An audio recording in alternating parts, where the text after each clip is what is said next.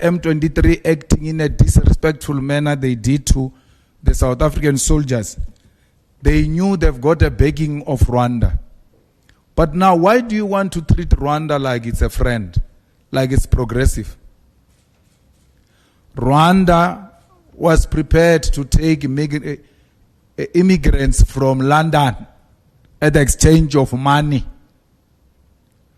They are the ones who are working with imperialist forces to want to undermine DRC. We're not saying the government of DRC is perfect, but it cannot be undermined the way the guy is doing. Kagame and Museveni. So Kagame has got blood of South Africans on his hands, and nothing is going to change. The threat by the President of the United States of America, Donald Trump, who has issued a threat to cut foreign aid to South Africa and impose sanctions on South Africa for adopting legislation that permits the expropriation of land without compensation and implementing policies that addresses historical race-based inequalities in our country. The statement by Donald Trump is offensive and undermines our sovereignty, and is a reminder that our reliance on foreign aid and foreign direct investment surrenders us to the will of imperialists who use money to dictate the economic and policy direction of Africa. We want to make it categorically clear to the President of the USA that we are going to expropriate land without compensation and pursue legislative measures to do so, and no threat will stop us. The EFF remains firm in its stance that the deployment of South African National Defence Force to Democratic Republic of Congo is reckless and unjustifiable. With the increasing hostilities involving M23 rebels, it is imperative that South Africa withdraws its troops to ensure their safety. The escalation of tensions presents a clear risk, and it is unacceptable for our soldiers to be caught in a conflict where their presence does not serve the interest of peace in the region. Furthermore,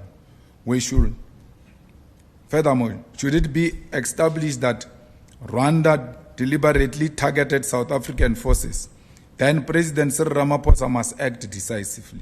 South Africa cannot continue diplomatic and trade relations with a nation that undermines its sovereignty and endangers its citizens. If Rwanda is found to be directly responsible for the attacks on South African troops, then all trade agreements and engagements with the country must be revoked without any hesitation. The embassy of Rwanda should be closed with immediate effect. Our reluctance to engage in warfare should never be mistaken as a cowardice, and our call for a retreat should never be confused as fear. Should the threats and attack on the South African National Defence Force persist while we call for peace and diplomatic resolution of the conflict continue, then South Africa must defend itself. To state the sovereign right of self-defense in the face of provocation is not warmongering, but a necessary caution that South Africa must and is able to recollect its strength and defend itself should it be necessary. We are being modest when we say if Rwanda is found that it has killed our soldiers, it must be held responsible. It was Rwanda. It was Kigali, it was Kagame who killed our soldiers. The support he gave to M23, and that M23 acting in a disrespectful manner they did to the South African soldiers, they knew they've got a backing of Rwanda. But now, why do you want to treat Rwanda like it's a friend, like it's progressive?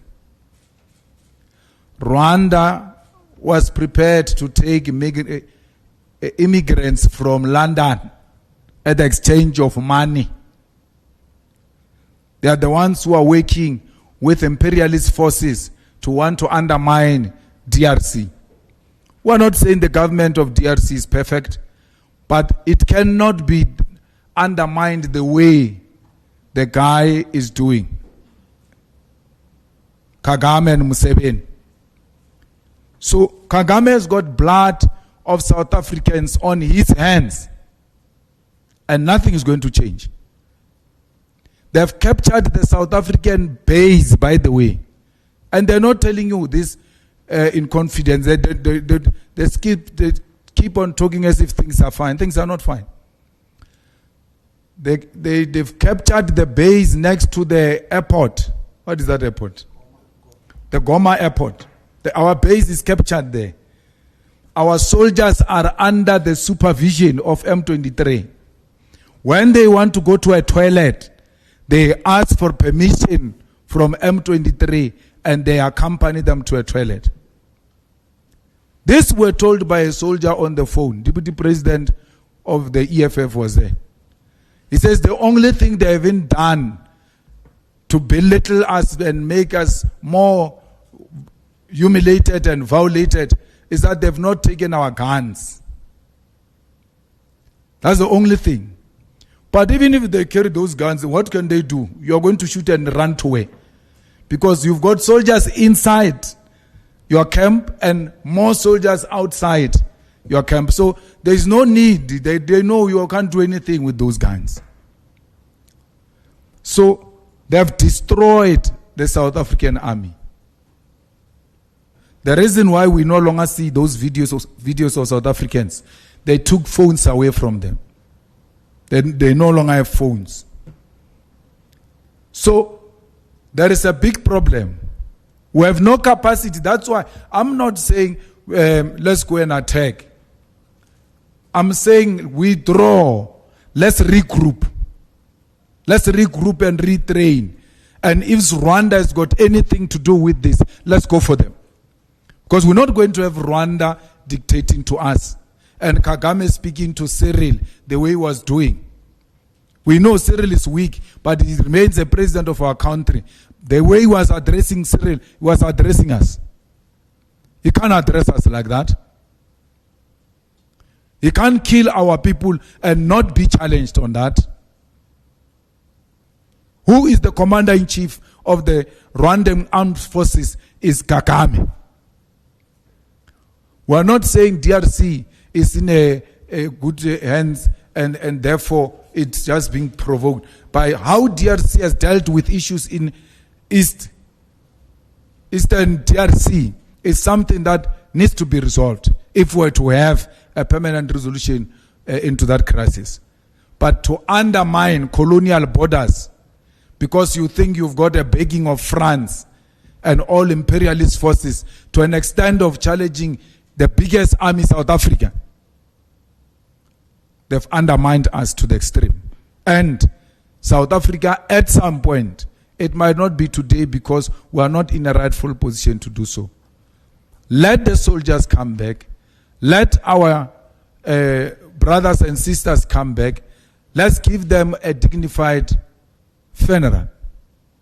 We have made it very clear that we are more than prepared to join the ANC and work in the government of national unity.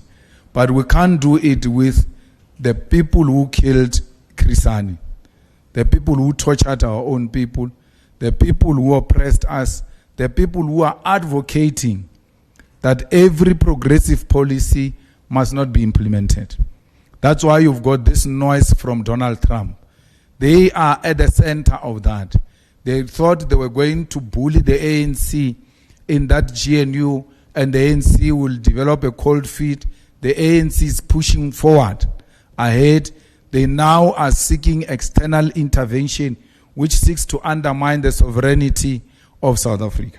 So the ANC must know that we are just outside, we're at the doorstep. Once they remove the DA and they want a partner, we are in. There's no government that is going to collapse here because Helen Zille says so. We're not going to hear from Helen Zille.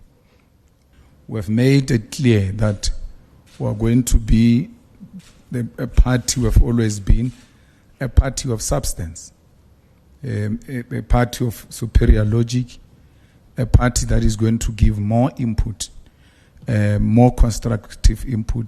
But it doesn't mean we can't be robust in our approach.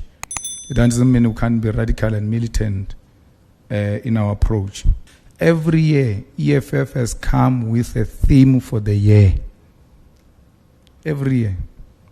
And it has never been the same theme to demonstrate we are not running out of ideas. If it was the same theme, we will be running out of ideas. It's not the same theme. I'm a king, yes, I'm a king. I'm a king.